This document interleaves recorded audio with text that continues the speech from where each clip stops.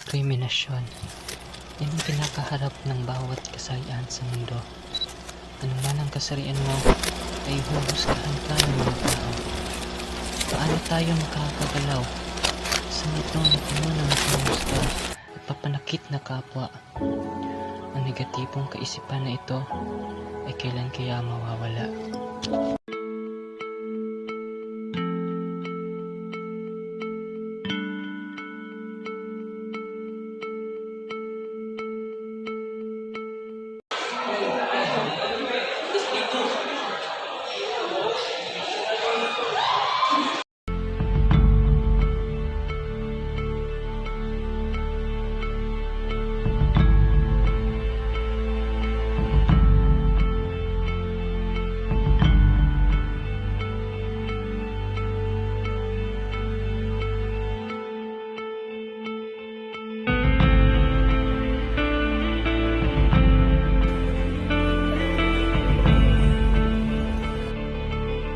Dapat natin respetuhin kung ano man ang kasarian ng lahat dahil lahat tayo ay pantay-pantay lang sa lipunan ito.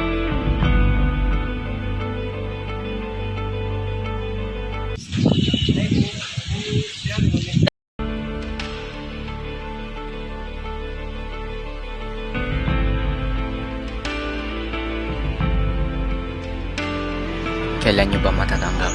Hindi nila alam gaano kahirap ipagpilitan ang sariling nahihirapan. Saan yung alam ko namang walang kalulugaran sa lipunan na ito.